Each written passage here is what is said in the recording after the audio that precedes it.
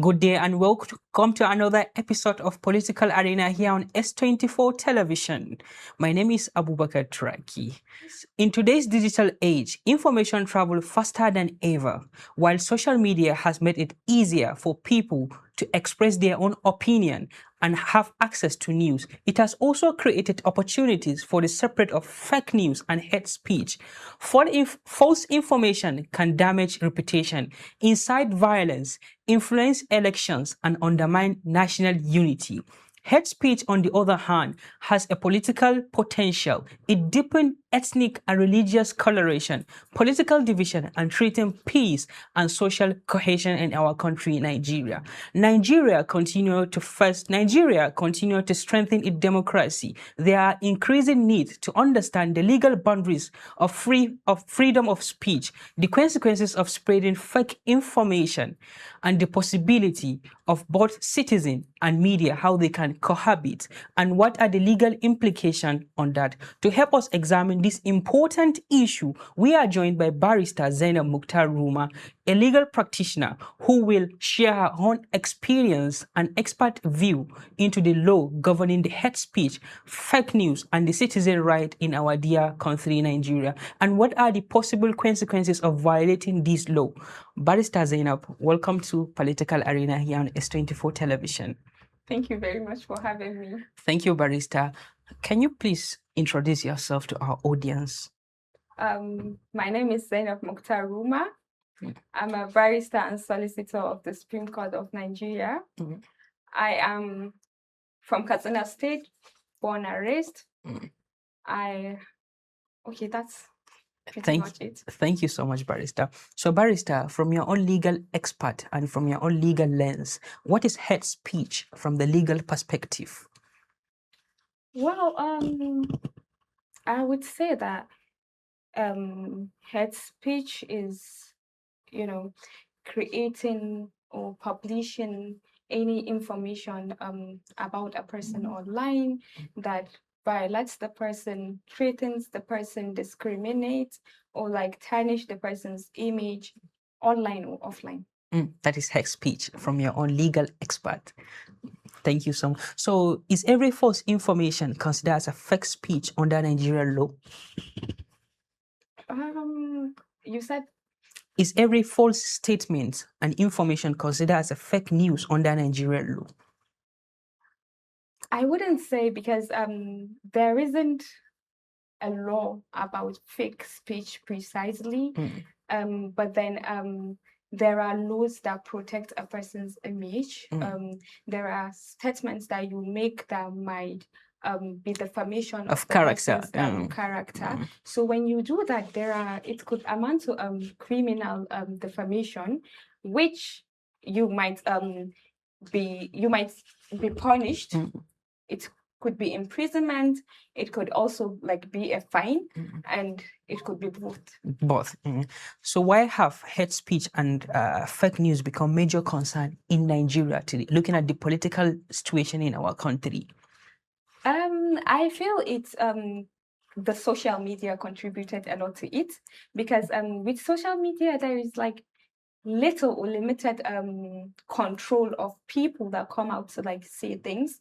If you have your phone, you have your data, anywhere in Nigeria, you can just stay in your room and say what you want to say, and you publish it out there for a lot of people to see, to consume. Exactly. Despite the fact that it was all fabricated lies. Exactly. Or in the recent eras where there are news stations, newspapers, magazines, which are controlled, and then they have a reputation mostly to protect. So they always post gendered gender bias. No. They always oh my God, have a way of protecting people or exposing people. Exactly. They get their news, they publish accurate news, or now that just anyone can publish anything. Of course. Does the Nigerian Constitution guarantee freedom of expression without limitation, or there is limitation? You see, that's where people get it wrong. I think Section 39 of the Constitution gives a person the right to like express himself as a citizen of Nigeria. But then people do not realize that right is subject to certain limitations. You cannot come out and just publish a hate speech about someone and then say you are just being expressive. Because if while trying to like express yourself, you are defaming another person, or you are promoting fake news, misleading the public, to cause violence, to Havoc. cause exactly. So if you are doing that, the Constitution cannot protect you to that extent. So you have to face the full bullet of the law. Exactly, there are legal consequences. Okay, so what are the legal penalties that can someone face for spreading fake news?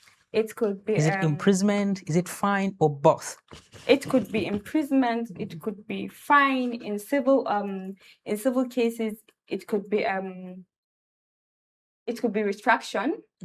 It could also be public apology and all of that. Okay, so can person be prosecuted simply for sharing and forwarding false information on social media? Well, I would say that would be subject to the court, and it would be entirely depending on the case, the kind of defamation, the kind of fake news that person promotes. You are a Gen Z barrister. Yes. So what responsibility do social media users have before sharing any kind of information? I would urge all the social media users to like verify news. You don't just see something.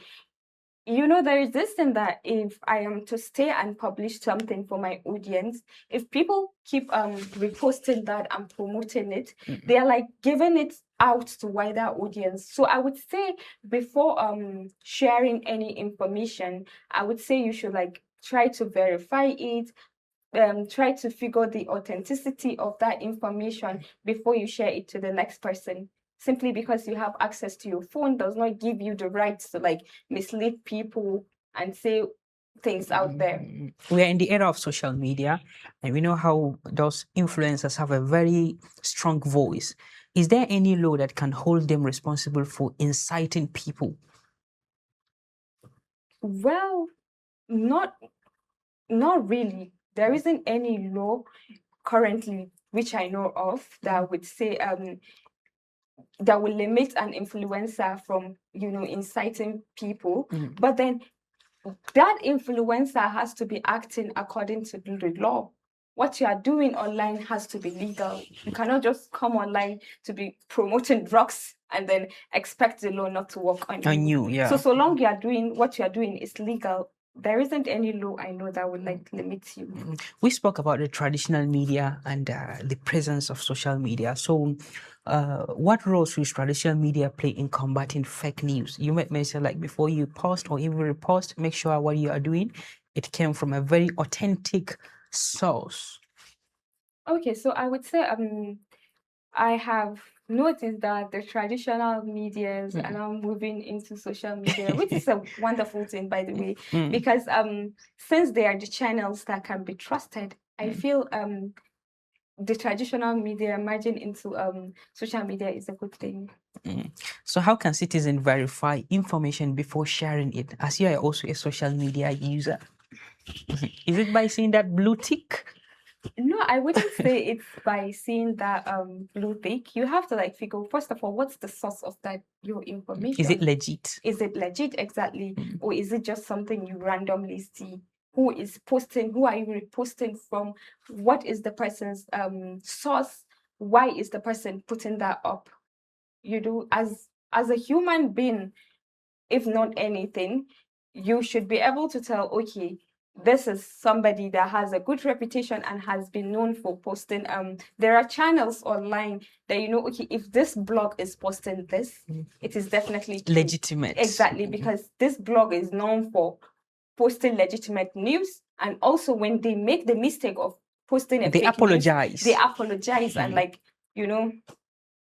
Well, Barrister, what advice would you like to give to young Nigerians who rely heavily on social media for virtually everything? Because I came across one of my a friend, a distant friend. He was just asking me about one social media app. I just like confessed to her that I don't know. She was just amazed and she was shocked.